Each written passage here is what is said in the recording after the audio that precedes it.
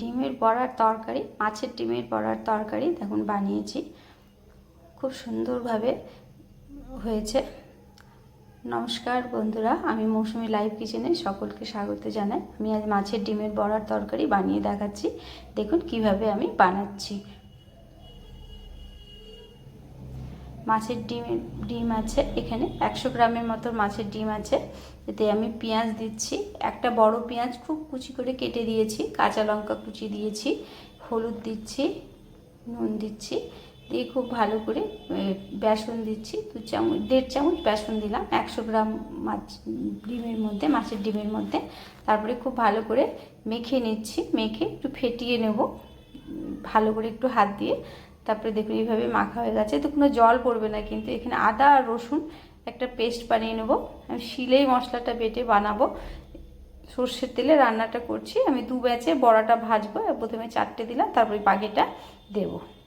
দেখুন ভাজা হয়ে গেছে, পিটো পিট করে খুব ভালো করে ভেজে নিয়েছি বড়াগুলো। তারপরে আবার 3টে হয়েছে, 3টে বড়া আবারও দিয়েছি, দিয়ে উল্টে পাল্টে আবার এই 3টে বড়াকেও ভেজে নেব। ডিমের বড়ার ঝোল খেতে খুবই ভালো লাগে, ভাতের সাথে রুটির সাথেও খাওয়া যেতে পারে। এভাবে করে উল্টে পাল্টে ভেজে নিচ্ছি। খুবই সাধারণভাবেই বানিয়েছি, কিন্তু এর স্বাদ পুরোপুরি অসাধারণই হবে, খুব ভালো খেতে লাগে। একবার আপনারা বানান। ভেবে টুকরো করে আলু কেটেছি, আলুটাকেও প্রথমে লাল করে ভেজে নিচ্ছি। এদিকে আদা আর রসুনটা ভালো করে শিলে পিষে নিচ্ছি। শিলে পিষা মশলায় কিন্তু খুব ভালো স্বাদ হয়, শিলে পিষেই আমি বেশি মশলা ব্যবহার করি। আদা রসুন খুব ভালো করে শিলে পিষে নিচ্ছি, পিষা হয়ে গেছে। এবারে মশলাটা আমি প্লেটে তুলে নিচ্ছি।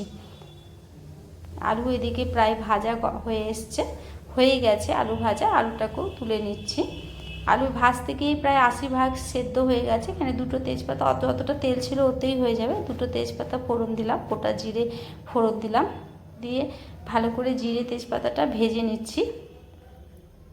ভেজে নিয়ে এখানে পেঁয়াজ একটা কুচি করে রেখেছিলাম, বড় পেঁয়াজ, সেটাকে দিয়ে দিলাম। পেঁয়াজটাকে খুব লাল করে ভেজে নেব। পেঁয়াজটা খুবই ভালো করে ভেজে নিতে হবে, সুন্দর করে গোলাপি গোলাপি করে পেঁয়াজ ভাজা হলে কিন্তু ঝোলে খুব ভালো স্বাদ হবে। ভালো করে পেঁয়াজটা ভেজে নিয়েছি। এবারে আদা রসুনের পেস্টটা দিয়ে দিলাম এতে। আদা রসুনের পেস্টটাও এতে ভালো করে ভেজে নিচ্ছি। প্রথমে ভেজে নেব, তারপরে বাকি মশলাগুলো দেবো, তাহলে রসুনের কাঁচা গন্ধটা চলে যাবে, নাহলে কাঁচা গন্ধ থাকলে ঝোলটা খেতে ভালো লাগবে না। আদা রসুনটা খুব ভালো করে পেস্টটাকে ভালো করে ভেজে নিলাম। এদিকে জিরের গুঁড়ো, ধনের গুঁড়ো, শুকনো লঙ্কার গুঁড়ো, নুন, হলুদ একসাথে দিয়ে দিলাম, দিয়ে একটু প্লেটটা ধুয়ে জল দিলাম, দিয়ে মশলাটাকে খুব ভালো করে এবারে কষিয়ে নিচ্ছি। আধাটা টমেটো কেটে রেখেছি, সেই টমেটোটাও দিয়ে দিলাম এতে, কুচি করে কেটে রেখেছিলাম।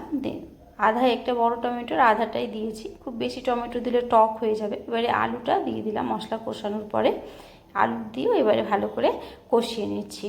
আমার ভিডিওটি যদি আপনাদের ভালো লাগে তাহলে অবশ্যই আমার চ্যানেলটিকে সাবস্ক্রাইব করুন, আর বেল আইকনটি প্রেস করার অনুরোধ রইল, তাহলে যা ভিডিও আপলোড করব আপনাদের কাছে নোটিফিকেশান চলে যাবে।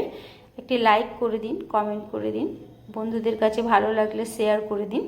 মশলা কষা হয়ে গেছে, এবারে ঝোল দেবো, এর মধ্যে জল দেবো, যে যেমন ঝোল খাওয়া যাবে সেরকমই দিতে হবে জল।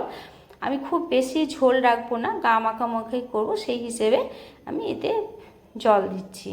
ব্যাস এতটা জলেই হয়ে যাবে, আলুটা সেদ্ধ হবে সেই হিসেবে জলটা দিতে হবে। এমনি 80% আলু তো সেদ্ধই আছে, একটুখানি আরও সেদ্ধ করতে হবে। জল ঢেকে দিচ্ছি, ঢেকে একটু মিডিয়াম ফ্লেমে সেদ্ধ করতে হবে। এদিকে লং দুটো, এক টুকরো দারচিনি, 2টো এলাচ, ভালো করে গরম মশলাটা আমি শিলে পিষে নিচ্ছি। আমি গরম মশলা কিন্তু শিলে পিষেই দিই, কেনা গরম মশলাতে অত শুধু দারচিনিরই গন্ধ আসে, সেই জন্য কেনা গরম মশলা আমি ব্যবহার করি না।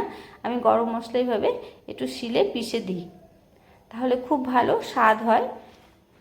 পিষে নিলাম গরম মশলাটা, পিষে এবারে দেখুন এদিকে আলু ফুটে যাওয়াতে মাছের ডিমগুলোও দিয়ে দিয়েছিলাম।